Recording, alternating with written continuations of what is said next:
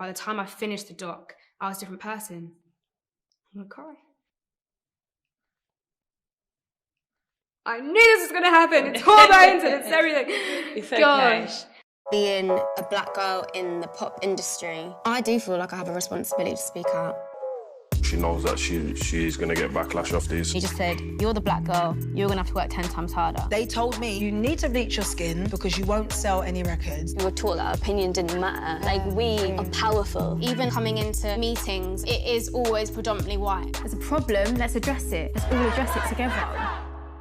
So what's this documentary about? So the documentary is about racism in the UK, and we touch on colorism as well. I wanted to speak about my experiences and the way I felt in the band, being the black girl in the band and people identifying me as a black girl. I really wanted to explore why I felt so overlooked, so overshadowed, but also I wanted to be able to hear from other black women on their experiences and being able to just be open and really sort of explore race, explore racism, and talk to some incredible people. When the doc was announced, I think people thought that I was going to be talking about my experiences of colorism, and that's not what I was doing. Like, obviously, like, I wanted to talk about racism, but I knew that colorism is such a massive issue that's definitely not spoken enough, like, in the media at all. And I wanted to bring it to light and talk about it, as I say, on the widespread media. But to hear the comments, I started questioning myself, am I the right person to do this? Like, have I taken someone else's place in doing this? But then I thought, no, like, I am also talking about my experiences, and I'd rather use my platform that I have to reach millions of people than do nothing. So yeah, it was just like, ugh. They probably just see like Little Mix or like songs, pop band and stuff like that. They don't know the actual person. Definitely. So, like, yeah, we used to get criticised all the time for talking about social issues. Like, what are you talking about social issues? You're a pop star. And it's like, well, we have brains. Exactly. Like, I might pop it and lock it on a Saturday night for you on your MTV. Don't mean I can't do social justice on a Sunday. This is what I mean, exactly. It's and like, mad. we all have issues very close to our hearts and things to say. It is mad. I was talking earlier about my experiences as well. Like, growing up in Essex, the black boys in our area just used to like insult all darker skinned girls, and we were just like, your mum's dark skinned, your sister's dark skinned, like, what are you actually doing? And I think, like, you spoke to Andre as well in the doc about his tweets, and he was saying similar things to what those boys were saying as well, with, you know, they were conditioned. Everyone wanted to be lighter skinned black then. Everyone wanted to, you know, just look like the girls the boys fancied, which were lighter skinned women. So and what privileges do you think that you have that darker skinned women don't? Well, I feel like in general we see a lot more light skinned women in the media. Like, we do, like, billboards, campaigns, TV, just everything. So I think that's definitely one of my privileges. And like, the more I get into it, the more I'm like, this is like everywhere. Like, even down to like nails and nail varnish, hands, like so many sort of industries that just don't represent at all, and just the lack of diversity is disgraceful. So I think however I can be a part of some sort of help to that and be an ally to that, like, that's exactly what I want to do. What was the most difficult thing for you to address throughout this doc?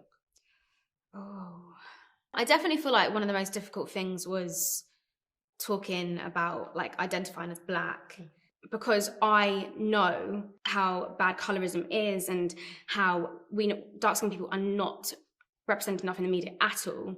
And I understand sometimes the frustration of me saying that I identify as black when I am evidently lighter. I can understand that frustration, but then the fact that obviously both my parents are mixed race and were brought up in West Indian households. In turn, I was brought up in a West Indian household, and that's always something that I have just identified as. To be honest, the whole thing was hard because it's just like, us as a society, we're not used to having really open conversations about race. Like, it's only now where the world has finally woken up and the world finally wants to talk about it and address it. So it's like, these conversations are new, and I can't wait till the moment where it feels like second nature. We've got a long way to go. We've got a long way like, to go, a but long way. From last year, a lot has happened and a lot is happening. I know. But you went through a lot in the doc. You spoke to a load of people. The Pop Princesses scene was one of my favourites. I'm getting messages from others in the music industry every day. I want to hear their experiences face to face to help decide how I can use my platform in this fight. As well as Keisha from the Sugar Babes, I've invited Alexandra Burke, R&B soul artist Neo, And I hadn't really seen someone that looked like me. and singer-songwriter Ray. Why do I feel like invisible? And for so long, people would say to me, it's in your head. You broke down in that scene. Yeah. What was going through your mind when you were speaking to, you know, Keisha, Ray? I feel like it was a really overwhelming moment of the doc. I think to be able to be in a room with these incredible ladies that have all experienced such like devastating things to do with race, like it's just, I think a lot of people are going to be shocked by it. And one thing that's like actually comes to my head right now is being told to bleach my skin. Being told that I'm too dark to be in the industry. I'm going cold talking about it because I really actually don't like talking about it. We all had completely different experiences. It's like race doesn't affect you in one person in one way. It's such a huge issue that affects people so differently. So I really thought that I was going to have similar experiences to Keisha, so Keisha being the only black girl in her group, but hers was completely different to mine. And I think the fact that her world was a lot more diverse, like her fan base and things like that. So yeah, it was really interesting to just hear other people's accounts.